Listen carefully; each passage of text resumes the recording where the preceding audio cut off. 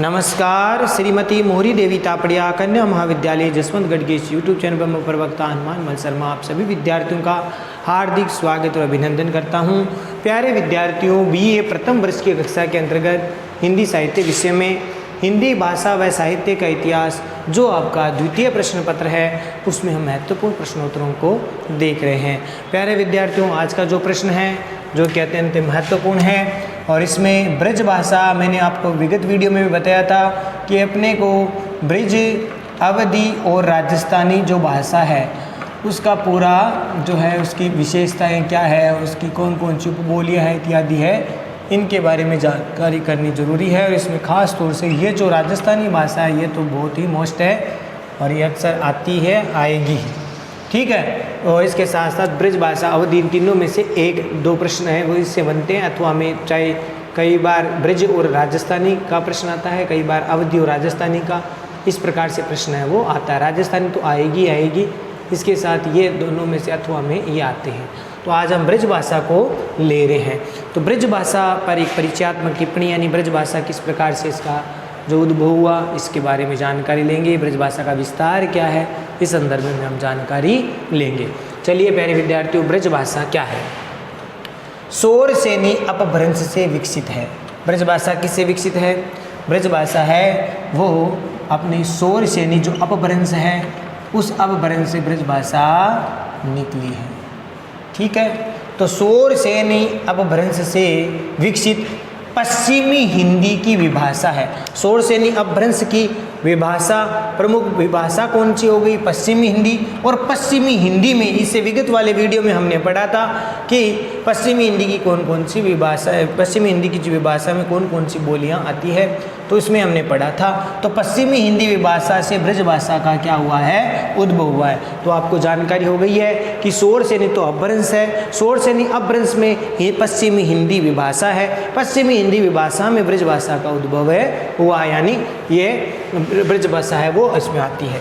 अगली बात, इसके नाम के अनुसार ही यानी ब्रज भाषा के नाम के अनुसार ही ब्रज भाषा है। तो ब्रज प्रदेश की प्रमुख बोली है, क्योंकि इसका नाम ही ब्रज भाषा है। तो ये कहाँ पर बोली जाती है प्यारे विद्यार्थियों? ब्रज प्रदेश में बोली जाती है। तो ब्रज प्रदेश की प्रमुख बोली है।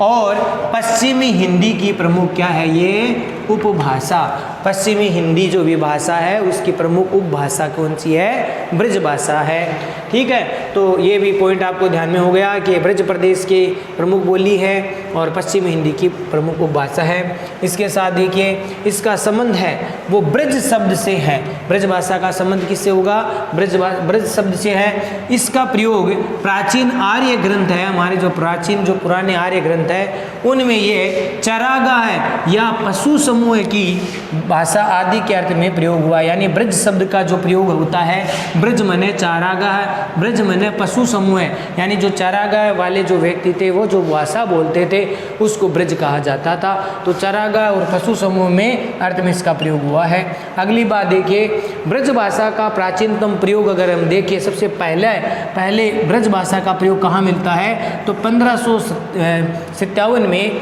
गोपाल नामक जो कवि है उनकी जो ग्रंथ है उसका नाम था रस विलास। इन्होंने इसकी टीका लिखी है, ठीक है। तो रस विलास की टीका में इसका प्रयोग हुआ है ब्रज भाषा का। इन्होंने इसमें लिखा है कि मरु भाषा निर्जन तजी करी ब्रज भाषा चोज। तो इस प्रकार से मरु भाषा यानी राजस्थानी भाषा को यहाँ पर मरु भाषा कहा जाता था। तो ब्रज भाषा राजस्थानी भाषा का त्याग करके ब्रज भाषा का जो है अपना लिया, इस प्रकार का यहाँ पर भाव व्यक्त हुआ है। तो ये ब्रज भाषा का सबसे प्राचीनतम प्रयोग हमें 1557 के रस गोपाल कृत रस विलास की टीका में प्राप्त होता है, ठीक है। तो ये थी मुख्य बातें। शौर सेनी अपभ्रंश से हुआ है, पश्चिमी हिंदी विभाषा से, और ये विभाषा से ब्रज भाषा का उद्भव हुआ है। और इसकी प्रमुख बोली है वो हिंदी की प्रमुख उपभाषा है, ब्रज प्रदेश की प्रमुख बोली है। और ब्रज शब्द का प्रयोग सबसे पहले प्राचीन आर्य ग्रंथों में चरागाह और पशु समूह के लिए किया जाता था। इस प्रकार से इसका ये उद्भव हम कह सकते हैं किस प्रकार से ब्रज का हुआ। अगला देखिए ब्रज भाषा का विस्तार क्या है, ब्रज भाषा कहाँ कहाँ तक ब्रज भाषा बोली जाती है। तो सबसे पहले डॉक्टर ग्रियर्सन जी ने, जॉर्ज ग्रियर्सन जो फ्रेंच भाषा वैज्ञानिक थे, इन्होंने हिंदी साहित्य का इतिहास भी लिखा है। तो डॉक्टर ग्रियर्सन जी ने भाषा सर्वेक्षण के अनुसार इसके बोलने वालों की संख्या लगभग 79 लाख है। ठीक है, ये जॉर्ज ग्रियर्सन का मत था कि इनकी ब्रज भाषा का बोलने वाले जो लोग हैं वो लगभग कितने हैं, 79 लाख। ठीक है, ये बात हो गई।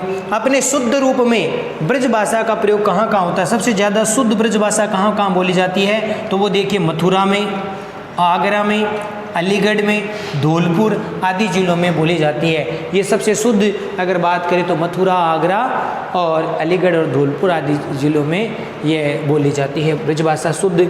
फिर इसके साथ साथ और कहाँ कहाँ बोली जाती है, गुड़गांव, भरतपुर, जयपुर, करौली, ग्वालियर, इसके कुछ भागों में जो है ब्रज भाषा थोड़ी थोड़ी बोली जाती है, क्योंकि ये सीमा से लगे हुए हैं, तो इस कारण से कुछ भाग इसी क्षेत्र में आते हैं। किंतु सीमांत जो प्रदेश यानी सीमा के अंत का जो अपने ये ब्रज क्षेत्र जहाँ पर लगता है, इन सीमांत प्रदेश होने के कारण यहाँ की ब्रज भाषा में राजस्थानी बुंदेली से कुछ कुछ प्रभावित है। यानी यहाँ जो राजस्थान की सीमा से लगने वाली जो ज़िले हैं जो कि उत्तर प्रदेश से लगते हैं, तो वो जो भाग है वहाँ पर ये जो ब्रज भाषा जो बोली जाती है वहाँ पर राजस्थानी का सम्मिश्रण दिखने को मिलता है, बुंदेली का कुछ कुछ भाग प्रभाव वो देखने को मिलता है। तो इस प्रकार से वो जो ब्रज भाषा उसमें राजस्थानी और बुंदेली का प्रभाव दिखता है। इसी प्रकार से बुलंदशहर है, बदायूं है और नैनीताल है, इनकी ब्रज भाषा में आपको खड़ी बोली, हिंदी जो खड़ी बोली है, खड़ी बोली का प्रभाव देखने को मिलता है। बुलंदशहर, बदायूं और नैनीताल की जो ब्रज भाषा उसमें थोड़ा थोड़ा खड़ी बोली का प्रभाव देखने को मिलता है और पहाड़ी बोलियों का प्रभाव देखता है, क्योंकि नैनीताल पहाड़ी वाला क्षेत्र है, तो यहाँ पर ब्रज भाषा में पहाड़ी बोलियों का प्रभाव देखने को मिलता है। एटा, मैनपुरी, बरेली और पीलीभीत और इटावा, ये जो ज़िले हैं, एटा है, मैनपुरी, बरेली, पीलीभीत, इटावा, यहाँ की जो ब्रज भाषा है उसमें आपको कन्नौजी का प्रभाव देखने को मिलता है। यानी यहाँ की जो ब्रज भाषा में कन्नौजी का प्रभाव देखने को मिलता है। कहने का तात्पर्य कि ब्रज भाषा में कन्नौजी सम्मिश्रण होता है, मिश्रित उसमें होती है। तो इस प्रकार से ये ब्रज भाषा का विस्तार है। ग्रियर्सन ने सबसे पहले ये सर्वेक्षण किया और इन्होंने बताया कि 79 लाख इसकी संख्या बोलने वालों की। शुद्ध रूप अगर बात करें तो मथुरा, आगरा और धौलपुर में है। गुड़गांव, भरतपुर, जयपुर, करौली, ग्वालियर में कुछ भागों में ब्रज भाषा बोली जाती है, लेकिन उसमें सीमांत राजस्थानी जो राजस्थान का जो भाग है इसमें लगने के कारण या मध्य प्रदेश का भाग लगने के कारण उसमें कुछ कुछ जो है राजस्थानी का या बुंदेली भाषा का प्रभाव देखने को मिलता है। और इसके साथ साथ बुलंदशहर, बदायूं और नैनीताल में ब्रज भाषा में खड़ी बोली का प्रभाव देखने को मिलता है। एटा, बरेली, पीलीभीत इत्यादि में ब्रज भाषा के साथ साथ कन्नौजी का प्रभाव देखने को मिलता है। तो आशा करता हूँ यहाँ तक आपको समझ में आ गया होगा प्यारे विद्यार्थियों। और बहुत ही महत्वपूर्ण प्रश्न है ये ब्रज भाषा का परिचयात्मक टिप्पणी।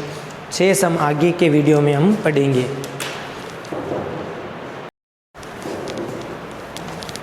तो प्यारे विद्यार्थियों, आज के लिए बस इतना ही। अगले वीडियो में पुनः उपस्थित होंगे। ब्रज भाषा का परिचयात्मक जो टिप्पणी है इसके आगे के भाग, इसका जो उत्तर है वो आगे के भाग को लेकर के, तब तक के लिए आप यहाँ तक इसको ठीक प्रकार से पढ़ें, नोट्स बनाएं और इसको याद भी करें। बहुत ही महत्वपूर्ण प्रश्न है और शेष जो प्रश्न है उसका उत्तर है हम आगे के वीडियो में देखेंगे। तब तक के लिए चैनल को लाइक, शेयर और सब्सक्राइब करना ना भूलें।